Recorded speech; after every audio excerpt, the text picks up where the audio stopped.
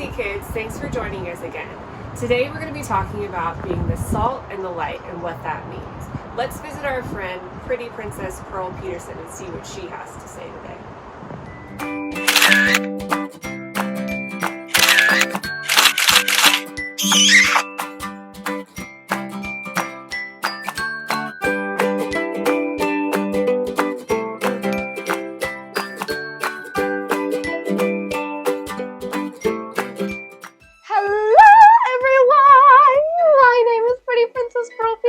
Thank you so much for watching my show.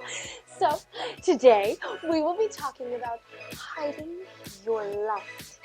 Now, have you ever had it where it's the middle of the night and your mom said it's time to go to bed?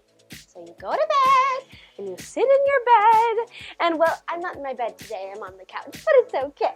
See, I'm in my bed and I want to play with my toys still. But my mom said I had to go to bed. So I get my blanket and I cover myself in the blanket. And then I grab my toys and I play with them.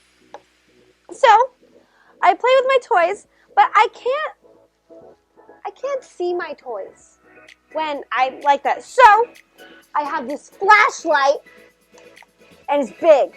So what I do is I get under my blanket and I have my flashlight and I play with my toys.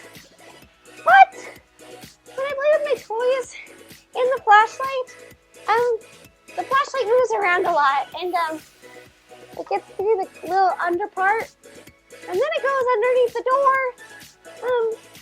And then my mom sees it. And well, then I get in trouble. But it's okay, because I found out that there's a different thing I can do instead of playing with my toys, because otherwise I get grounded, and then I lose my favorite bear for all 12 hours. It's okay. It's fine. So, I've learned that I can't play with my stuffed animals under the covers, but I can read. Read, yay. So much fun. I mean, this is a fun book. It's pictures, and it's the Bible. But, I don't really like to read all the time. I like to play with my stuffed animals, but it doesn't matter.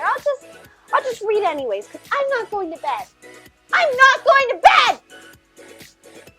So anyways, I will get my flashlight and I'll open my book and, I have to cover it. I'll get my book and it will only go on what I'm reading. And it's so smart. And then my light is only in one place and it's not all over the place. But even when I have my light, it like shines through the blanket sometimes. And then my mom comes into my room because she'll hear me like giggling because I don't know about you, but sometimes they make some really, like, look at his face. That's a really weird face. So sometimes I'll make a weird face and I'll laugh. And my mom comes in and I have a flashlight under the bed and I just can't hide it. It's too bright. So that doesn't work. But I figured out that it's because the flashlight is too big and it's like the size of my head. So I don't like, maybe the flashlight wasn't a good idea. So we're gonna be done with the flashlight. I found out that you are able to read on your phone. So I was like, oh, this is great. So I opened up a book on my phone and I get under the covers and I read. However, this has a really, really big light on my phone, so my mom still catches me sometimes. And that's not fun, because then I get my phone taken away. And I don't have a book, and I don't have my stuffed animals, and I don't have my phone. to go to bed. That's annoying. Well, I guess you just can't hide the light no matter how much you try, which is a lot. Like Jesus. Oh my goodness, I knew there was a reason I brought the Bible today. It's a lot. Like Jesus is light in us. No matter what we do to cover it and hide it, you can't stop God's light from shining through. So, no matter what we do, and no matter how much we try to cover it and hide it, God's light will always shine through in us. So, that's something that we're able to remember for ourselves, that God's light will always shine through. Okay, guys, I'm gonna go. I was supposed to go to bed 20 minutes ago, and my mom's probably gonna get really mad because I still haven't brushed my teeth. So, I'm gonna say bye, and then I'll see you all next week for the next video. Alright, love you all, bye!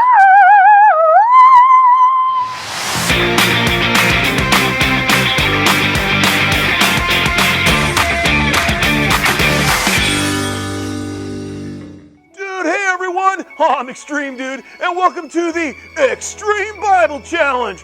Oh yeah, we're going to check out our Glow Wild verse for today. Hey Christina, what do you got for us? Hey Extreme Dude, we're going to be reading Matthew 5:14-15. You are the light of the world. A town built on a hill cannot be hidden. Neither do people light a lamp and put it under a bowl. Instead, they put it on its stand, and it gives light to everyone in the house. Extreme Dude, did you know that you're a light? I'm a light? When we have a relationship with God, He shines through us so that other people can see God in us. Wow, that's amazing. Back to you, Extreme Dude. Dude, that's so cool. God's light shines in us. Whoa. Well, this is Extreme Dude. I'll catch you guys next time. And don't forget to glow wild. Oh, yeah. Thanks, Extreme Dude. So, boys and girls, we are the light of the world, and we can give light to all those around us. When God's light shines in us, people notice there's something different, something good. In Matthew 5:15, in Matthew 5:15, God tells us, in the same way, let your light shine before others, that they may see your good deeds and glorify your Father in heaven. Let's listen to a story about how Jesus teaches us how God's light can shine to all those around us. God's story, the Sermon on the Mount. So part of God's story is about a sermon Jesus gave on the side of a mountain and what he did afterwards. And it goes like this. One day, when Jesus saw crowds gathering to hear him teach or see him do miracles, he went to the side of a mountain. It was near the Sea of Galilee, across from a place called Capernaum. From there, he gave a message all about God's kingdom and his love. We call this message the Sermon on the Mount. Jesus started by explaining who would get blessings or favor from God. He said the most blessed people are those who are poor, sad, or humble. He said God shows favor to people who are just or treat others fairly, and people who are merciful or show love to those who don't deserve it. He said the people who are pure, who bring peace, or who get hurt for doing right will be rewarded for their actions in heaven. In other words, the people who love others, even when it makes them seem weak or unimportant on earth, are like heroes in God's kingdom. Anyway, Jesus went on to explain that when we believe in and follow him, it's our job to show everyone else who he is by loving them. That means going out of our way not only to comfort and help our friends, but also forgive people who hurt us, love our enemies, and give to people in need. The thing is, Jesus didn't just talk about love, he showed it all the time. In fact, right after giving this sermon, Jesus spent the rest of the day helping everyone he met. First, as Jesus came down from the mountain, a man with a skin disease called leprosy knelt before him. "Lord," the man said, "if you are willing, you can heal me and make me clean." Usually, no one wanted to be around people with leprosy, but Jesus touched him, and said, "I am willing. Be healed." Instantly, the leprosy disappeared. Then, when Jesus arrived in Capernaum a bit later, a soldier said to him, "Lord, my servant is in terrible pain." Right away, Jesus said, "I will come and heal him." The officer said, "Just say the word from where you are, and my servant will be healed." Jesus told him, "Because you believed, it has happened." The officer's servant was healed. A little later, Jesus arrived at his disciple Peter's house. Peter's mother-in-law was there too, sick in bed with a high fever. Jesus touched her hand, and the fever left. Later that evening, many other people who were demon-possessed or sick came to see Jesus. He brought relief to all of them. At the end of the day, Jesus got into a boat with his disciples. Suddenly, a fierce storm came out of nowhere. Waves began crashing into the boat. The disciples realized that even though they were in the middle of a giant storm, Jesus was fast asleep. They shouted, "Lord, save us! We're going to drown!" Jesus said, "You of little faith, why are you so afraid?" Then he told the wind and waves to stop. They did. That day, Jesus taught a lot of people how to love and showed them what love looks like. Whenever somebody took their sickness or pain or fear to Jesus, he helped them. Everybody who met Jesus got to experience his love. And when we love like Jesus, everyone who meets us can feel his love too. And that's the story of the Sermon on the Mount. So, in case you missed it, here's the quick version. Crowds gathered. Jesus went to a mountain. He gave a sermon. He talked about God's kingdom. He told us how to love others.